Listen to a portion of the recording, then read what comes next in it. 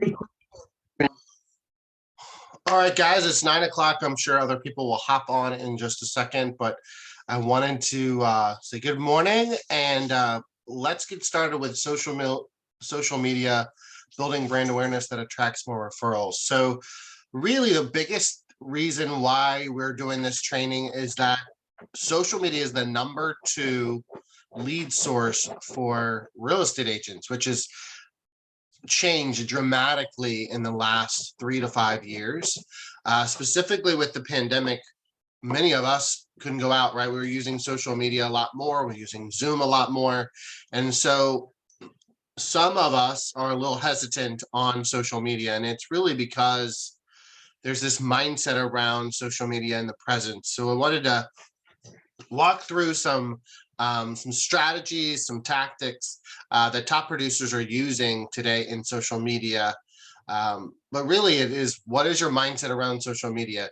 And I think one of the things that we all have seen through people that we follow or unfollow is that social media can be used for good or evil, right? So we talk about the 4 C's a lot in social media, which is connection, communicate, celebrate, and contribute. So kind of to kick off this training, one of the things I would highly recommend is that this is the largest platform and the easiest to communicate to a large audience. So if you're doing regular lead generation if you're with Freedom Companies, it's DTD2, or we're doing 2 letters of the alphabet each week, and you're connecting with your database like you should. You're doing pop buys, you're doing client events, you're doing all those amazing, wonderful things to stay in touch or in front of your database. Social media beats them all because we can connect with one another in a much more rapid pace and a larger audience, right? I also think that when you're talking about communicating your authentic self, that's where it gets a little tricky, because many of us, before we got into the real estate field, were either private or shy or more introverted. And in this business, we have to really show all layers of our personality to be authentic. Because remember, they have to like us, they have to trust us, and they have to remember that we're in real estate. And again, social media is a great way to authentically show your personality, your approachability in this market, right? Celebrate wins and milestones. This one's something we'll talk about a little bit further as well. This is where real estate agents kind of have to throttle it back or push it forward. What I mean by that is when you do sell homes, are we celebrating the wins of our clients, or are we bragging? Do we have some ego connected to our wins or milestones? And you and I know we've seen that through social media. Some agents get that right. Some agents don't get that right, and it leaves just an interesting perspective for the consumer. And then contribute. You are the local expert. You're the economic of choice, right? So you know everything about the local market, right? So not just about real estate. You have to know a lot about the economy. You have to know about local vendors. You have to know about restaurants. You have to know about a lot of different things that are connected to real estate. So all of this to be said, that social media, if is used properly, and we'll get into some data here, it could be one of the largest platforms for you to gain referrals if you're done properly and strategically. So that's what really we're kicking off today, is to talk about how we take these 4 C's, which you see on the screen, and how we really communicate these in an appropriate way. All right. So when I've been coaching real estate agents for years, one of the biggest things about social media is we get busy. Honestly, right? So social media is just like a muscle that you have to work in the gym. It is something you have to be consciously aware of and consciously have it in your schedule. So the #1 thing that real estate agents often say is, I don't have time to post consistently. Right. And then the second thing is, I don't have meaningful content. Sometimes I feel like some of the stuff I'm posting doesn't valid or doesn't resonate with the audience. And then I don't have a way to measure it, right? I post something and I'm like, wow, I think this is a great social media post, and it really gets no traction. What's the magic sauce, or what's the silver bullet there? And then I don't know the difference between that balance of personal and business content, right? Because we obviously have business pages, Instagram and Facebook. We have personal pages as well. But what is that balance of of sharing too much personal or too much real estate. What's that balance? So a lot of this conversation this morning is going to be around these topics, and hopefully it gives you some clarity, some strategies to work towards a little bit more efficiencies in that. So we are working on basically the two platforms. There's so many different social media platforms, but Facebook and Instagram is kind of the lens that I'm looking through today. So if you're looking at Pinterest, YouTube, Clubhouse, there's different ones there. What I would just recommend is that we're kind of hanging out on these two platforms today. But all producers know that we've always been, before Facebook even existed, right? Is that we're prospecting focused with marketing enhanced. The beauty of Facebook is that and Instagram is that prospecting and marketing can happen at the same time, right? Prospecting is you reaching out through private message or direct message, asking your friends or people that follow you to consider working with you or see if they know anybody that wants to buy or sell real estate. So that prospecting is generally happening behind the scenes, right? It's not usually a direct ask on these platforms, whether it's on your walls or on your stories. It's more of a direct ask, right? And we'll talk about that a little more. But marketing, this is marketing your listings, marketing your services, marketing your unique value proposition. So this is why it's so important to think and plan. We'll talk about today about what are you marketing yourself as, right? If you're just posting all these great buyers transactions, you're going to attract more buyer leads in social media, right? So if you want to kind of turn the wagon around and you're like, hey, I don't want as many buyers, I'd rather have a focus on seller listings, then we need to change the marketing message in our social media. What I often see is, especially in this market, we're kind of tired. We're worn out from all the buyers that we have, right? But if I'm scrolling through your walls or your stories, it's all stories about buyers. So how do we change and modify our marketing activities to attract what we want? Because ultimately what you focus on expands, right? And this last statistic I wanted to show you real quick, 44% of all real estate agents surveyed say that they gain new clients through social media. If you're not gaining clients through social media right now, that's okay. Yet that is the second leading source after direct referrals. So we know that most strong, stable businesses, short or long-term as far as experience level, 83% of your business is going to come from that referral source, right? They're saying, hey, that's how many, and we know that's solidified with social media. Even though they're in your database, even though they come to your client events, even though they receive your pop buys, they're also watching and seeing what activities you're doing on social media. So it's not surprising to me that posting on social media is 44% of how agents got new clients in 2020. And I'm sure in 2021, 2022 going forward, that's not going to change. So if you don't take serious consideration about what you're posting, it's no longer just playing on the internet. It's no longer just posting kind of random quotes or random topics. There is agents across the United States and across the country that are using these platforms to actually gain clients. And that's what I want you to really kind of take away from today's conversation is, how do I gain more clients in these platforms? We talked about these before: consistent, meaningful, measurable, personal, contact, and business. The first one we want to tackle, right? Social media consistency. So developing a monthly plan. So I'm going to show you actually a templated plan that we use here at the Freedom Companies. But you've got to schedule these, right? And if you're scheduling them, you're scheduling them on the business platforms, Instagram and Facebook, because you can't schedule things on your personal page. But you have to block time to do that. So, but lack of consistency is lack of a plan, right? So we'll go through some examples of what possibly you could post, but it is not abnormal. It's October 13th right now. It is not abnormal for you to be starting or considering to post get a schedule together for November, really planning that out, right? And then also blocking time to be social. What I mean by that is you've got to comment back on different things. We know there's algorithms connected to social media platforms.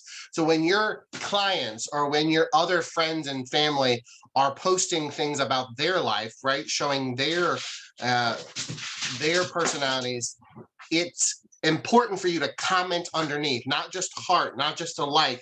We've got to be able to say, wow, that was a great trip to Hawaii. Wow, congratulations on the new grandbaby, right? You've got to connect with this. This is a connection, right?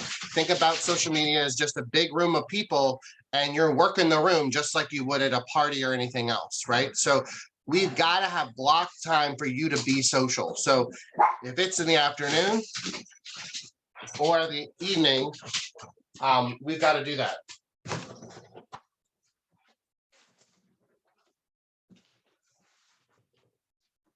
All right, I've got crazy dogs this morning, as always.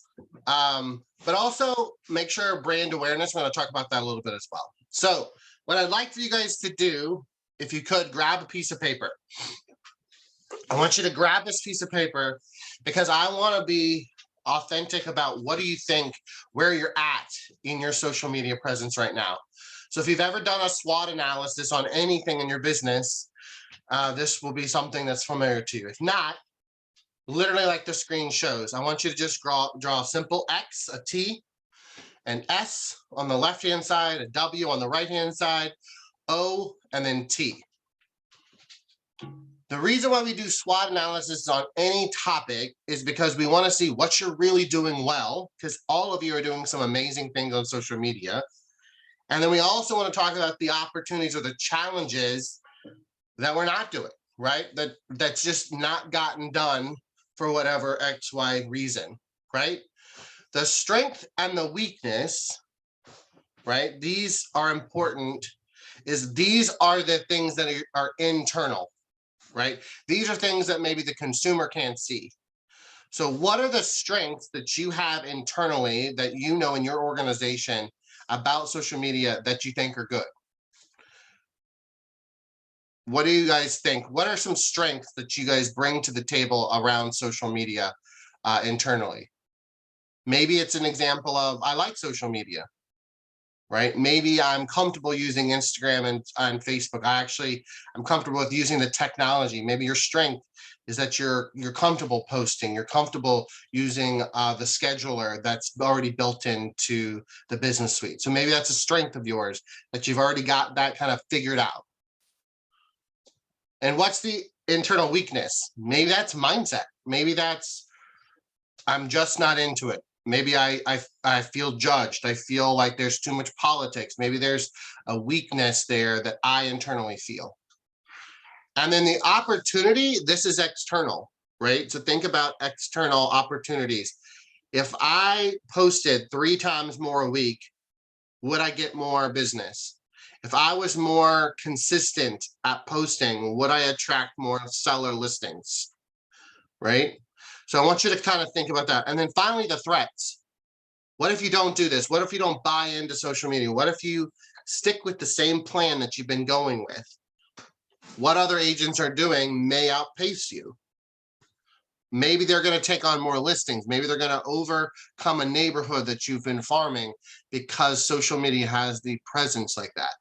So the reason why we start with SWOT in this workshop is because you got to work with what you got. You got to work with your strengths, but you got to be very aware of what challenges you have. And I know each one of you have a different SWOT analysis of your social media, because some of you are rocking social media, but some of you we have to step up, and that's okay. So one of the strategies that we talked about just a few minutes ago was we've got to get it scheduled. So this is a sample, and I'm going to email this all to you. It's a Google Doc spreadsheet. I found it online. It's a little great. You could start January, February, March, goes all the way through the year, right? So this is an example of kind of getting your schedule together. First of all, it has hashtags, so you can come up with those. We'll talk about that. You need to have up to 10 hashtags that are really unique to you or specific to the industry. We'll talk about trending hashtags near the end of this. But the biggest thing is that you need to plan it out. So personal story post example, that's on my story, right? That's a personal conversation. So maybe I'm posting something about my family or something about my dogs that are crazy right now. Because I have a new puppy, or it's something that I enjoy as a hobby, right? We still have to bring the personality to it. So I'm scheduling certain things, highlighting real estate vendors. So Friday local spotlight would be an example, right? Tuesday tip of the week, and there's some seller tips here. Testimonial Tuesdays, right? Taking those Google reviews and those Zillow reviews and creating really nice graphics using Canva, right? Last month in real estate, pulling MLS data from our basic MLS and creating a Canva graphic for that, right? Again, highlighting local events. I said maybe a brunch place, right? Talking about sold listings.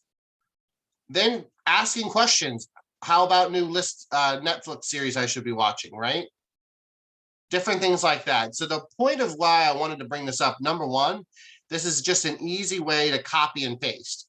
So some of it can be duplicatable every single month. So what you do in September, Tuesday tip of the week, obviously you can cut and paste this and move it to October, modifying some of the tips.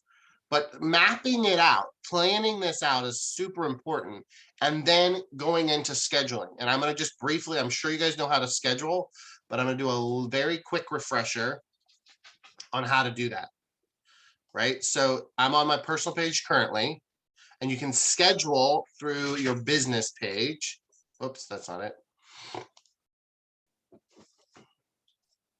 Pages. This is my business page. And if you remember, you can go to the business suite on your business page. And I have mine connected from Instagram and Facebook. So I'm going to create a post. You can also see many of the other posts that I've done that are scheduled. These are scheduled posts that I already have scheduled for October and November, right? So that's kind of an example of what that would be. Hold on, let me go back to home. So I'm going to create a post. And I'm going to do is do the text, what I feel appropriate. I'm going to do all my hashtags. I'm going to do everything I need to do. And then I'm going to upload my photo. Upload just a simple photo of my wife real quick. And you'll see that it's Instagram and Facebook is connected there. It'll give you a preview with the text and the photo that you uploaded, right? And then it's got a schedule post section. So we can schedule this Friday and you can pick a time, right? And then you would hit save and you'd be good to go and it'll post automatically for you. So going back to getting that schedule, it's 2 steps. We got to plan out that month and then we got to schedule these Tuesday's tips of the week, real life and real estate, featured Friday, whatever you feel that would be best for that. But that's kind of the first strategy is we've got to get that plan in place. We've got to get the plan and get that scheduled. And, 2 to 3 posts, like I show like 5 days a week. If you're not there yet, I would definitely, algorithm wise, people say at least 3 posts a week. So maybe walk before you run, but that's something that's important for you to do. All right, then what about using social media to do some of the heavy lifting? We talk about all the time is connecting with our database, right? Like, what do we text them? What do we say to them? I don't want to be this salesperson where I'm just like, hey, do you want to buy or sell a house every 5 minutes, right? So you've probably heard of the Ford method. I hope you have. It's family, occupation, recreation, or deliver value, right? So this is the beauty of social media is that we can stalk Facebook or social media, Instagram, Facebook, and you start with that conversation, right? So if I'm private messaging someone, which is prospecting, and I see they just went on a recreation, they just went on a trip, I can start with that. Oh my gosh, I saw on Facebook that you guys just went to, in my case, Jamaica, right? We lead with that. And then we have a great conversation. And then we end towards the end of the text or private message that says, hey, I've been super busy with real estate. I just got back from a trip from XYZ city. But real estate's still super busy. He even headed into the fall. So again, if you know anybody who wants to buy or sell, we'd love the opportunity of an introduction, right? We're connecting that recreation with the ask which is our business. Family, same thing. Hey, you got a new grandbaby. Oh my gosh, he's adorable. How great is that? Transition, different things like that. Deliver value.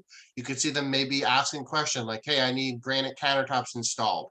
You can private message them and say, hey, your kitchen's beautiful. I see that you're asking for a granite installer. I had a client just install granite and he's using XYZ person. I hope that helps, right? Always using social media as a way to connect the dots. That's why people are using social media as the #2 lead source on connecting with their clients. I wanted to bring up what we call a call me campaign. There's several clients that have done this. This actually is not a new concept. It's actually been around probably for the last 1.5 to 2 years from the pandemic. But this is another way to connect and allow you not to do all that heavy lifting, right? So it's a reverse prospecting. So they call you, you don't call them, right? I saw one the other day, a local real estate agent gave away a Peloton, right? I've seen people give away like the green eggs. Jenny Brock is in our coaching program. She gave a big, huge swag bag, with cool camping chairs and bottles of wine and really cool blankets. Ultimately, you spend 2 weeks campaigning through your social media platforms and call me on this day. And this is the phone number. So if you see the image in front of me, she had it on July 28th. And she spent 2 solid weeks connecting with her database through private message, email, posts on social media on both Instagram and Facebook Lives several times prior to the event. And so this is a great example of getting social media behind you so they are doing the heavy lifting.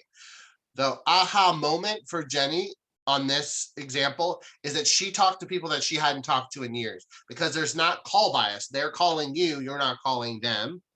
And it's just a simple conversation. It's, hey, how are you? Have things been going? Have you normalized kind of through COVID?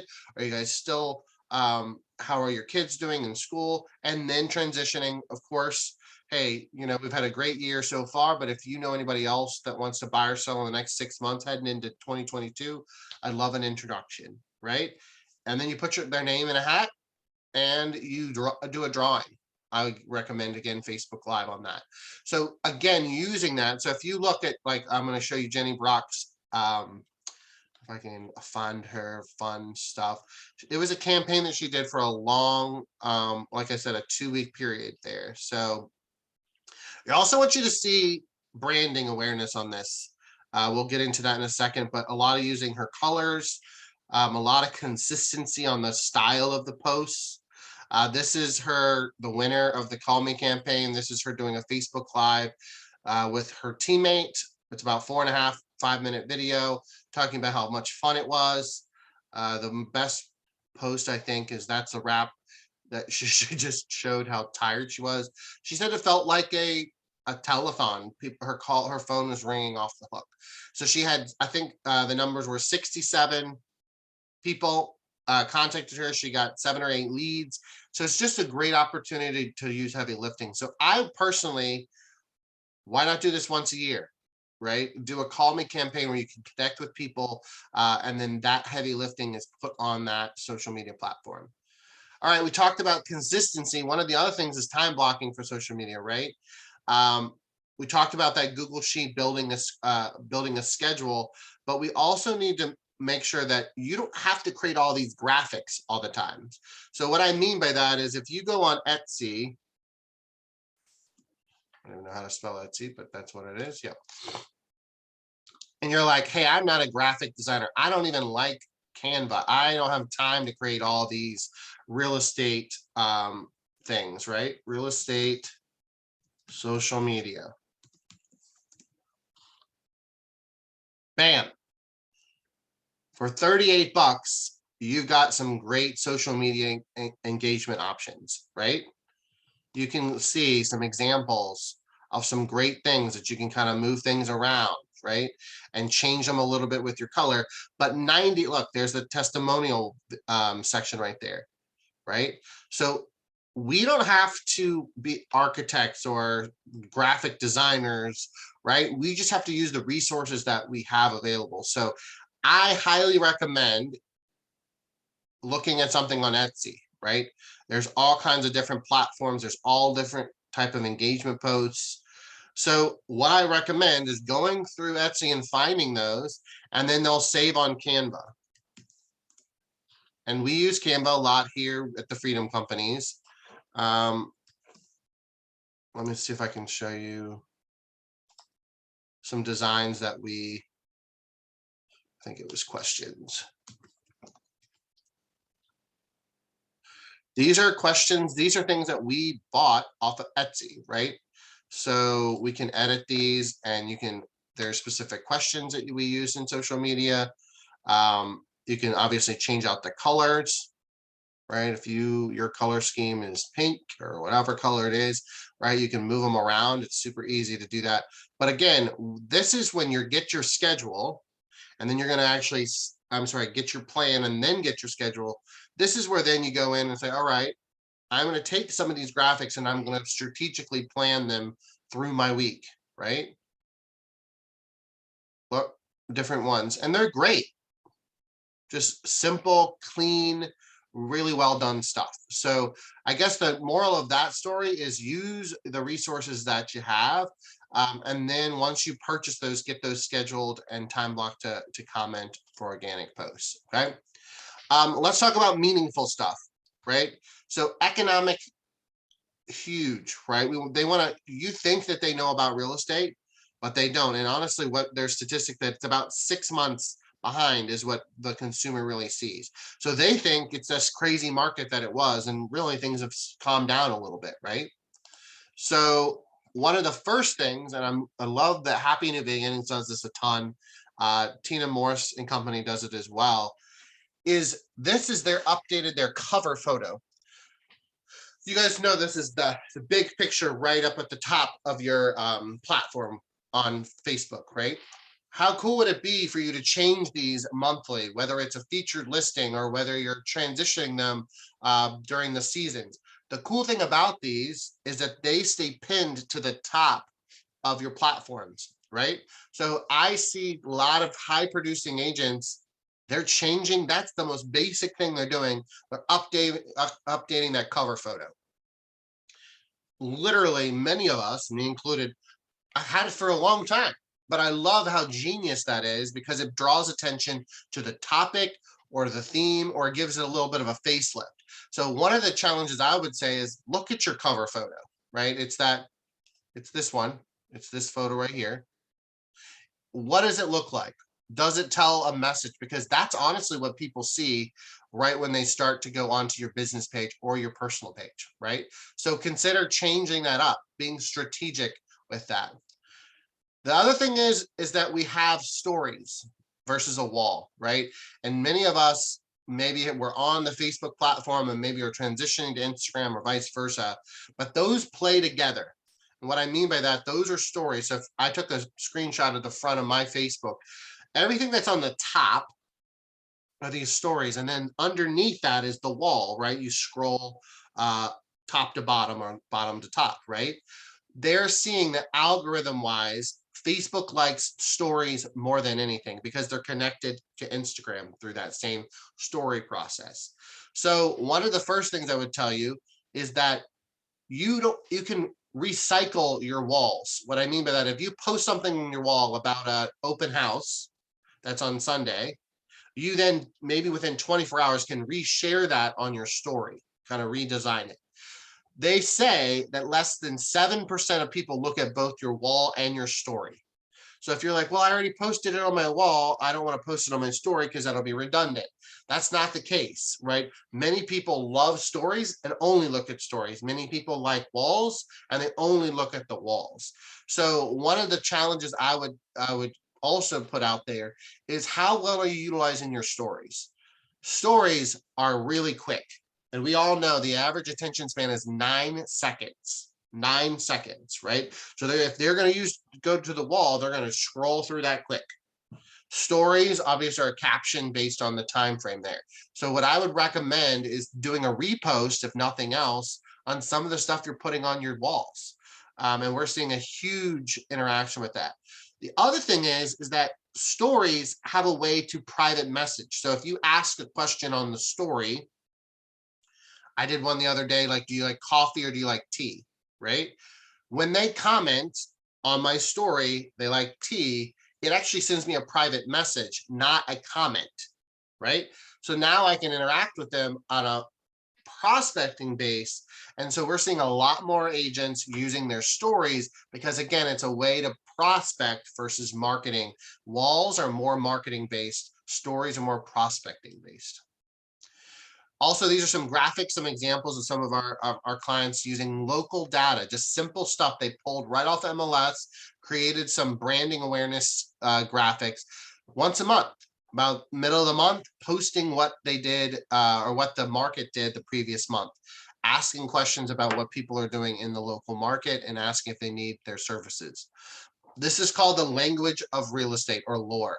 Units sold, volume, new listings, and average sale price. These things are common verbiage for us, but consumers don't always know what they are. Okay. Video, video, video, video. If you're not doing video, you got to start. We've said this for I know at least for the last 4 years that video is actually becoming more popular. I actually read an article the other day that Facebook once basically foresees that in the next 5 years, everything in Facebook will turn to a video. That's really what their aim is, to get more video content versus still images like Canva or something like that. So the key thing is don't overthink it, and don't worry about the background and the quality of it. What we've seen through COVID is that it doesn't need to be this Hollywood background. It needs to be, this is again from one of our clients, she's in her car, right? She's literally sitting in her car talking about, hey, I'm at a home inspection, and these are a couple strategies to navigate the home inspection, right? I've seen many of my other clients do the same thing with closings. They had a closing, they get back in their car, or they're walking to their car and they say, hey, we had this great closing. Let me just tell you the story about how we got to the closing table. A lot of these videos need to be tips or a very quick story, right? Something that's going to give the consumer something like a sneak peek into the market, right? So I just want you to kind of realize that that's really important. One thing I didn't know, which I thought about the other day, is that 85% of Facebook users watch videos with the sound off, right? They're at work, they're with their kids, they're at dinner, they're watching things on their phone at not the best time, right? So using caption series. So this is another one of our clients using, obviously is doing an update, but there's a caption. It actually automatically puts the caption on, and that's a setting going through that. It also gives you an opportunity to add logos and different things like that. So again, if you're going to do video, kind of plussing yourself would even be doing that caption section. Other common things that we're seeing is before and afters of your clients' houses, right? Or of staging before and afters, right? People love that HGTV, that interaction there. I also want you to note all of these hashtags that one of our clients is using. Up to 10 hashtags is what we recommend. We'll talk about that in a second. Another thing that we want to consider is a VIP closed group.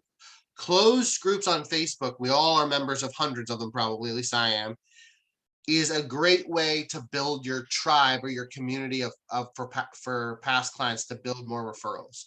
So if you don't have a closed Facebook group for your past clients, I highly, highly, highly recommend you doing it. VIP club, fan club. We're seeing that people have these closed groups, exclusive groups, where they're giving away swag, they're doing the before and afters, they're doing holiday giveaways, they're interacting with their tribe, their community of people, they're posting vendors on there, they're doing a lot of fun stuff to keep their VIP page or VIP club active, right? They're posting on there some things that they would not naturally post on the public side. This is not a place where you post new listings.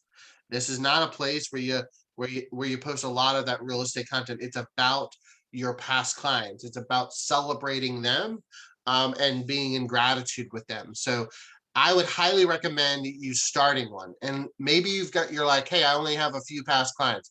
It's okay. it's kind of, again, it's like a room. It's like inviting them to coffee. It's just, it'll grow over time. You'll start with 5 people, you'll grow, grow, grow. And it's also, if you're doing client events or pop buys, this is a great way to have a platform to communicate with them. What I mean by that is, if you are doing a client appreciation party, this is where you put the invites. This is where you put the photos of the past event, right? This is also where, if you were delivering Popeyes, you'd snap a photo on the front door and say, hey, be on the lookout for this pumpkin carving kit or this caramel apple kit, right? Whatever you're giving for the season. So a great opportunity to have a VIP or a fan club closed Facebook group. Last thing, kind of as strategies to kind of make sure you kind of build some meaningful content is, and you know me, it's about the reviews, right? We know algorithm wise, we know from a platform standpoint, people Google real estate agents all the time. The first thing that they do is they look on Google, then they look on Zillow, and then they look on your social media pages. And they want to see what you're really doing in your business, right? So these are 3 examples of just taking these Google reviews and giving them a little facelift, making them look a little bit more put together with branding awareness. But these are 3 examples of taking those Google or Zillow reviews and putting those in your social media platform. So make sure, if you've done the hard work to get the reviews, use those strategically, schedule them throughout the month to be able to show that. We don't even buy burritos or cars or a pair of shoes without Googling and reading the reviews. Why are they going to buy the most expensive asset they'll ever own without Googling you, right? And actually doing research. So it's just something to think strategically on that. Vendor spotlights are another one. I won't play this video just for time, but this, I'll send it to you guys. This is a great example of an agent in Chicago, or literally once a month, he features a restaurant and he walks in there, he interviews the restaurant owner. And it's a great example of being that local expert, not just in real estate. Realize that you've got such a wide range of opportunities to spotlight vendors and other businesses.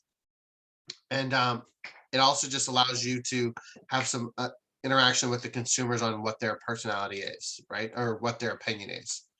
So branding, last thing when we're looking at consistency, we use a company called Visual Watermark. So I'll click on that real quick to show you. It is a monthly plan, but it basically puts these little watermarks on. There's tons of options out there. So if you don't want to pay that monthly fee, just look at watermarks. Watermarks are these things right here on the bottom right-hand picture here. This is Megan Dickey, and she has these logos kind of embedded in all of her photos. They're very quick. You literally have the photos that you get from your professional photographer. The watermark is just strategically imprinted on there. It's a great branding. I love Happy New Beginnings. They don't use the watermark, but they create a graphic that has their high quality impact logo there. And then we have the Kersney Group, which client we use, and their first featured photo is they actually embed this in using Canva. So I would highly recommend, if you're posting any photos about your listings or your past listings or your buyer house, you've got to make sure you're using the branding watermarks of your logo, because honestly, they get lost in the shuffle. If you can go back and see the strategic branding awareness, it just makes it, number one, look clean, in my opinion, but also it makes sure that you're professionally marketing those properties, right? And that's what sellers look for when they're on social media is, how, if I chose this realtor, how would I best represent their property, right? So just, again, that special touch, it does take a little bit of time, but it truly is something that they're looking at. How do we measure social media? One of the things I would tell you is that many people say that it's impossible to measure it 100%. But one thing I can tell you is that if I were you right now, I would look at how many followers I have and how many friends I have on my business page and my personal profiles, and then set a goal, a growth goal. So if I have, like Jenny Brock right now, she has 443 followers on her business page. Great start, right? How could I increase that by 100 in a month, right? Strategically going through and coming up with a plan of a growth goal for whether it's Instagram or Facebook, and maybe it's monthly, you target each one. Number of views on videos, right? Again, no video is going to be perfect. We're not worried about that. But maybe you see you've got 3 videos you've posted and one has much higher views than the other 2. Maybe there's some strategy there. Maybe review that video and one maybe had a little bit different message, or maybe it was just literally simply you posting it at a certain time of day, which we'll end with there. So I get all the time is I want to be private. I want to keep my personal page personal. I want to keep my business page business. Well, I'm sorry to tell you, that's almost impossible in real estate. The trickiest thing though is that we've got to be careful on our personal page that we avoid fair housing, right? Because in DPOR's world, you can't take your hat off in real estate. If you post something on your personal page and you then post something different on your business page, it doesn't matter, right? They see you as the same entity, as the same person. So if you're posting things that are controversial, that affects, I mean, there's religion, there's race, there's national origin, there's familiar status, there's a lot of different things that if we're posting on our personal page, which is our right as humans, as our freedom of speech, but the problem is that you can't take your real estate hat off, right? So I would just challenge you guys to avoid those type of posts. You guys, we are like Switzerland. We literally don't have opinion on things that are connected to fair housing. The day that we stop having that voice is when we got our real estate license. And I'm not DPOR, but I would be heartbroken if DPOR went on your personal page and saw things that didn't connect with your business appropriately and then fine you, because they're not gentle on that. So you are the mayor of your community, though, like we talked about. You got to like, trust, and remember you. So it is cool. It is good for you to post your family, your hobbies, or interests based on your comfort level of that. But not posting on that at all and just doing all business on there, it is they will question the ability of your authentic self. They like and trust you at a level, because as humans we want to find like-minded people, right? So I just want you to think about that. Last kind of thing as we go through strategies here is stop telling and ask questions. If you're like, man, I don't know what to post today, ask a question instead, right? And not, one of the questions we've had that has been successful is, through the pandemic, we've all been home. What is one thing that you would change about your house now that you've been home so long, right? And they'll comment, I wish I had a larger back deck. I wish I had a larger kitchen, right? Then private messaging those answers and saying, you know, we can get you a bigger kitchen, right? Or if, hey, you need a larger deck, I have a contractor that could to get you a larger deck built on the house if you want to, right? So if you're in a position where you're like, I don't know what to post a question. We see data shows that if you ask more questions rather than telling, then you get more conversations going. Stop posting and dashing. When you post a question or when you post a great article that's going to intrigue conversation, you've got to reply to them. Again, you're in a room, think about it like you're in a room, and you walk up to someone and you say hello. And then all of a sudden you just walk away, right? And you don't continue the conversation. Number one, that's rude, right? And number two, it's not interacting with them. So make sure when you're posting things, you have the opportunity to comment. Thank you, appreciate that. Oh, I never thought of that, right? Comments underneath those posts, because it's connection. We're in a human business, not in a housing business, right? So top priority is have fun with it, be authentic, and keep ahead of the content, scheduling those things, right? 30-day schedule posts. I'll send you our media plan, but also while you're out in the field, take some future photos and videos, right? And don't put them on social media today. So if you got a home inspection today, you're showing property today, take some photo, take some video, and then strategically throughout the week, drop those in your posts or your stories, right? Don't just throw them all up on a Monday or a Tuesday, spread them across. They don't know what day that you took that photo or what day you took that video. Think through maybe some long-term. So when you're out in the field, think about some building that. The last thing I want to talk about is that you've seen this probably before. I use this a lot because we want to not compare ourselves to other people on social media. Real estate's already challenging when we're seeing other people's statistics on how many homes they've sold, to kind of have that competitive nature to it. But if you're at a point in social media where you're just not where you feel like you want to be, and you see this other agent that you feel is really knocking out of the park, this is your race. This is also your social media platform. So if you're not ready to jump fully into social media platform like some of the other agents have, that's okay. But I do challenge you to kind of step up and really start working outside your comfort zone. Okay. Um, I added a couple other slides because I found this the other day. I thought it was important. People always ask me, what's the best time to post on social media? So interestingly enough, um, Facebook, it's morning time until lunch. But then if you look on Instagram, it's before 6 p.m. Monday or anytime before 6 p.m. So it kind of is the opposite. So Facebook seems to be a morning thing. And maybe Instagram has a little bit of a longer, it goes up to 6 p.m. So if you're kind of saying, when do I schedule these posts? I always use what I call a 7 and 7. So I will do a 7 a.m. and 7 p.m. It's not exactly that time frame, but it's earlier in the morning, 7, 8, 8:39, something like that. And I'll do 6, 7, 8 o'clock also. So if I'm scheduling business posts, I'm going to do those 7 and 7, but you'll see just through the algorithms the best time. And it changes. This is actually just the most recent one. And the last thing I want to talk about is you got to come up with your hashtags, and you got to save them on your phone. So here's some generic hashtags that we tend to see.